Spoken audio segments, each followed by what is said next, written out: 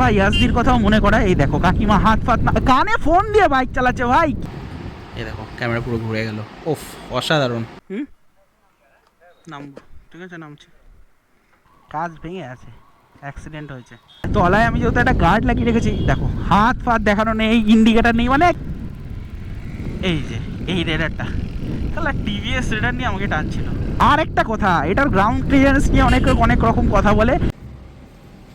Guys কতদিন পর রোদ্দুর দেখলাম আকাশে, কি ভালো লাগছে। আর আজকে আরেকটা ভালো দিন, কেন বলছি, রাজু আজকে গেছিলো স্প্ল্যানেডে। রাজু নিয়ে এসেছি কিন্তু গোপ্রোর এই মাইকের সেট আপের অ্যাডাপ্টারটা। সত্যি কথা এটা খুব দরকার ছিল, থ্যাংক ইউ রাজু। এটার দাম এখন বেড়ে গেছে, আমি যখন আগে কিনেছিলাম 3900 এরকম সামথিং দাম ছিল, এখন এটা অলমোস্ট 4200 না 4400 টাকা দাম, 4400 টাকা না, অনেক দাম হয়ে গেছে, পাওয়াই যাচ্ছে না। আর যারা তুলে রেখেছে তারা এখন চড়া দামে বিক্রি করছে। আচ্ছা ওটা বলে দোকানদাররা, আর কিছুই না। তো এইটা নিয়ে আজকে কিন্তু প্রপারলি একটা মোটো ব্লগ, ছোট্টখাট্টো একটা মোটো ব্লগ শুরু হবে। এটা নিয়ে আমি খুব এক্সাইটেড। আমি এখন যাচ্ছি নীলাঞ্জনদী সিধুদার বাড়িতে। ওদের কাছে ওই DJI Osmo Pocket 3টা আছে, ওটা অনেকদিন ধরে নেবো ভাবছি। তো ওটা আমি লাইভ একবার টেস্ট করবো ওদের হাত দিয়ে, ওরাও ইউজ করে দেখেছি, তো বেশ ভালো ক্যামেরাটা, চলো একটু দিয়ে দেখি। সো এটা প্রপার মোটো ব্লগ হবে। চলো এখন আমরা যাই, ঘড়ির কাটায় বাজে 2:48, সিটুদার বাড়ি যাবো, তার আগে গাড়িতে তেল ভরবো। চলো first moto blog with complete voice, এটা বহুত এক্সাইটমেন্টের ব্যাপার। স্টেশনে নামবি তো?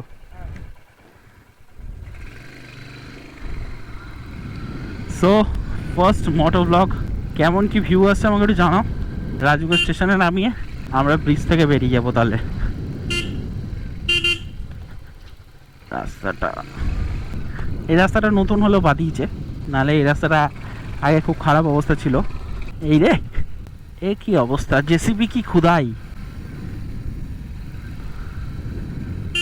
ওই দেখো, ঠিক আছে পেছনে আসবে, এসে মালটা নিয়ে আবার যাবে, ঠুকে না দেয় আবার। এ নিজেই পারছে না কন্ট্রোল করতে নাকি। এই জেসিবি চালানো কিন্তু চারটিখানি কথা না, হ্যাঁ প্রচুর প্রচুর স্কিলের দরকার, সবাই কিন্তু এটা চালাতে পারে না। বাবা ওটা যদি ছিঁড়ে পড়ে মাথায়। চলো সাইডটা তো পেয়ে গেছি, তবে আরও গাড়ি আসছে।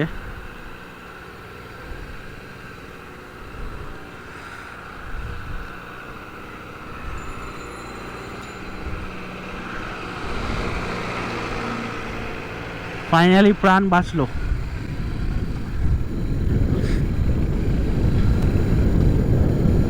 গাড়িতে ফুল ট্যাঙ্কি তেল ভরাতে হবে, জিও থেকে তেল ভরাবো বলে আমি অন্য কোথাও যাইনি। এই হচ্ছে মোহিনী মিল, বহুদিনের এই ভাঙাচোরা অবস্থায় থাকে মোহিনী মিলে। ওকে রেলওয়ে স্টেশন একদম পাল্টে দিয়েছে সব, এদিকে মোহিনী মিলের পুকুর।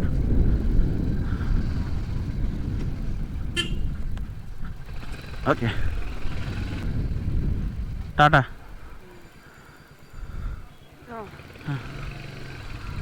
এই হচ্ছে আমাদের বেলঘরিয়া ব্রিজ, এটা কানেক্ট হচ্ছে ডিরেক্ট রথতলা, ডানলাভ রথতলা ওদিকে, আর এদিকে গেলে বিরাটি। এবার আমি তোমাদের আজকে ট্রুলি একটা রিভিউ দিতে পারি আফটার 7 days রিভিউ। আজকে মানে কালকে, আজকে পুরো 7 days হলো, কালকে 8 days হবে, মানে আগের শনিবার আমি ডেলিভারি নিয়েছিলাম গাড়িটা। কমপ্লিট রিভিউ, 234 কিলোমিটার চলে গেছে ফুল ট্যাঙ্কি তেলে। আর এখন যে দুধার দেখছো তার মধ্যে আমার 1 লিটার তেল ভরা ছিল। এই আসার সময় সকালবেলা ভরেছিলাম, এক জায়গায় গেছিলাম, আর বাকি পুরো এক্সপিরিয়েন্স তাতে আমার ওই খুব বেশি হলে 2 থেকে 3 ম্যাক্সিমাম 3 কিলোমিটার চলেছে, 230 কিলোমিটার অলমোস্ট চলেছে আমার গাড়িটা। আমার রাইডিং এক্সপিরিয়েন্স যদি বলো, সিরিয়াসলি বলছি one of the best bike in this segment. 2.5 lakh টাকার মধ্যে যদি কেউ ভালো বাইক নেওয়ার প্ল্যান করছো, রয়্যাল এনফিল্ডের মতো ব্র্যান্ডের সঙ্গে কম্প্রোমাইজ করবে না।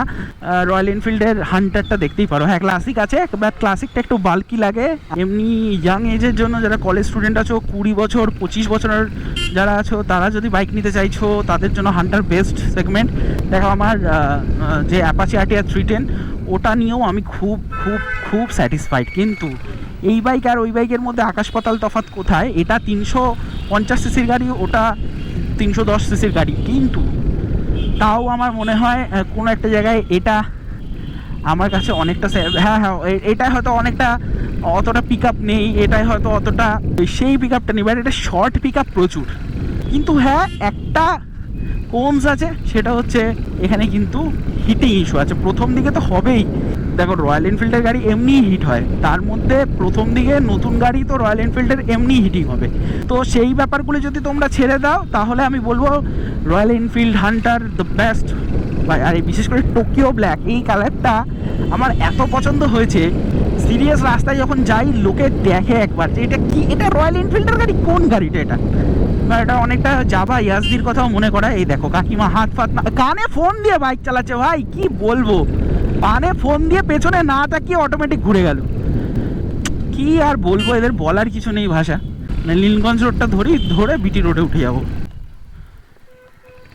ওকে, এর সাসপেনশন নিয়ে যদি কোনো কথা বলি, ফার্স্ট অফ অল বলি এর সাসপেনশনটা অসাধারণ। আর একটা আলাদা একটা সাউন্ড আছে সাসপেনশনটা, যখন গাড়িটা যখন বাউন্স খায় বা কোনো বাম্পারের থেকে ওঠে, সাসপেনশনটা দারুণ ওয়ার্ক করে। আর একটা কথা, এটার গ্রাউন্ড ক্লিয়ারেন্স নিয়ে অনেক রকম কথা বলে। এর আগের যে মডেলটা ছিল, আগের যে ভার্সনটা ছিল, সেই ভার্সনে কিন্তু গ্রাউন্ড ক্লিয়ারেন্সে যথেষ্ট সমস্যা ছিল, বাট এবারে গ্রাউন্ড ক্লিয়ারেন্স অনেকটা বাড়িয়ে দিয়েছে। আর তলায় আমি যেহেতু একটা গার্ড লাগিয়ে রেখেছি, দেখো হাত ফাত দেখানো নেই, ইন্ডিকেটার নেই, মানে এত কেয়ারলেস হয়ে গেছে লোকজন, কি বলবো। তো এই জন্য হয়তো রাস্তাঘাটে অ্যাক্সিডেন্টও বেশি হয়।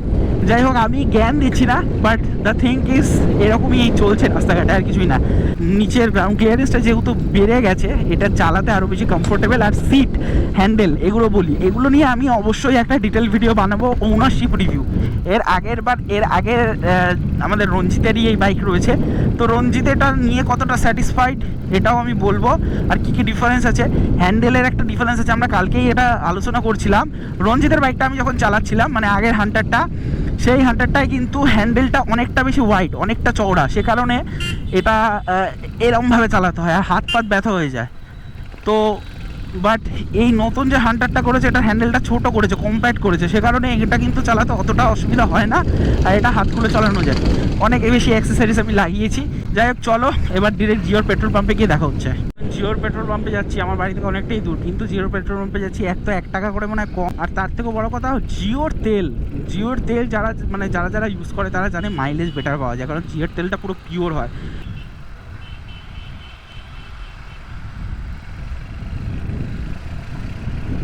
কর্নারিং খুবই সুন্দর গাড়িটার, সত্যি বলছি। কর্নারিং আর কনফিডেন্স আছে প্রচুর, যখন কর্নারিং করবে তখন প্রচুর কনফিডেন্স আসে।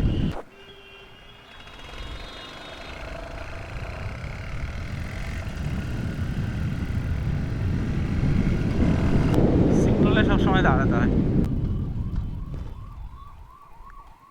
কাজ ভেঙে আছে, অ্যাক্সিডেন্ট হয়েছে। ভাই তো জিও পেট্রোল পাম্পটা গেল কোথায় বুঝতে পারছি না।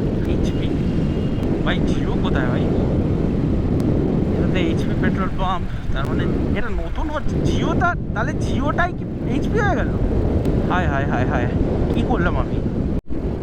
টিভিএস রেডার নিয়ে আমাকে টানাটানি করছে ভাই, এই অপমান কি সহ্য করা যায়? যদিও রেডারটা আমারই আগে ছিল। এই মানুষ, এই ছাপড়িগুলি এরকম করে, আর কিছুই না। কি দরকার ভাই, একটা 125 সিসির গাড়িকে নিয়ে একটা 300 সিসিকে টানার কি কোনো দরকার? আমি একটু সাইড হয়ে দাঁড়াই, নাহলে অ্যাম্বুলেন্সটা বেরোতে পারতাম না আমি যদি দাঁড়িয়ে পড়তাম। এই পাশের টিভিএস রেডারটা আমি জানি না দেখেছি কিনা, এখন বেরোতে দেবো, তারা বেরোতে দিই, তোমাদের দেখাই। এই যে এই রেডারটা, তাহলে টিভিএস রেডার নিয়ে আমাকে টানছিল, কোনো মানে হয় না এইগুলোর।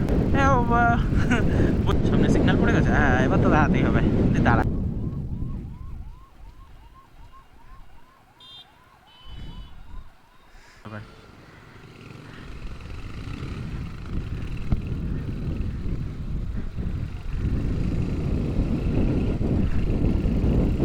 আমি এই সামনে থেকে ঢুকে পড়বো, 3:10 বাজে।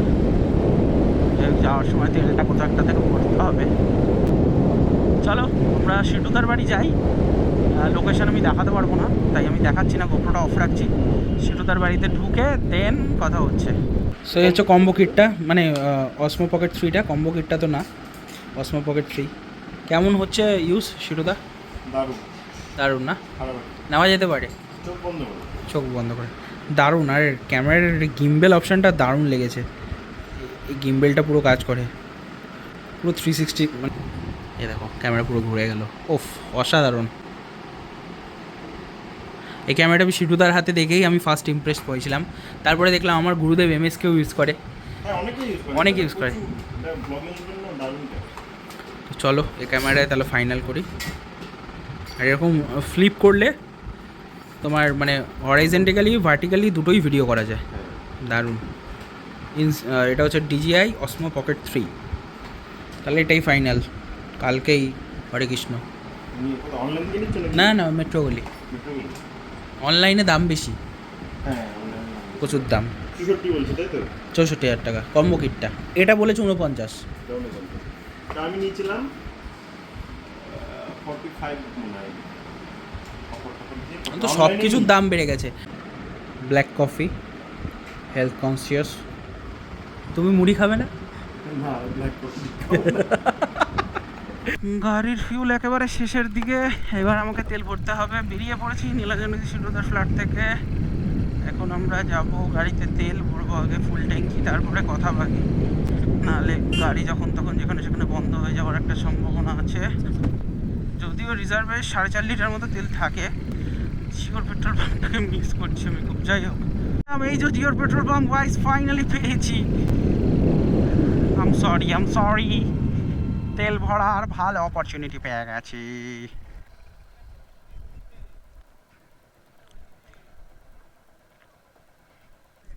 ফুল করে দাও। নামবো, ঠিক আছে নামছি।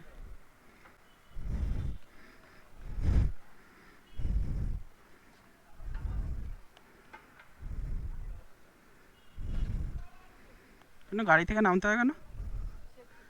ও আচ্ছা, অটো কার্ড দিও। হ্যাঁ, এটা কিন্তু বেশ ভালো সিস্টেম, অটো কাট। 800 টাকার তেল ভরলাম, মানে গাড়িতে আমার এদিকে কাট নেই, গাড়িতে আমার অলমোস্ট 300 350 400 টাকার তেল ছিল। সো গাড়িতে আমার মোটামুটি 300 350 টাকার তেল ছিল। এটা একটা বিশাল ব্যাপার। আর এটা পুরোনো হান্টার গেল একটা বাস থেকে। সামনে দাদা বৌদি ইমোশন। আচ্ছা, এখানে সিগন্যাল চালু করে দিয়েছে, এটা তো জানতাম না। বিশাল ব্যাপার। ক্লাসিকের ব্যাপারটা আলাদা, দেখো সামনে ক্লাসিক চালাচ্ছে। যদি একটু লম্বা চওড়া বডি হয় বা একটু হ্যান্ডসাম ফিগার হয়, আমার মতো মোটা না, তাহলে তাদের জন্য ক্লাসিকটা সত্যি ক্লাসিকই লাগে। বাট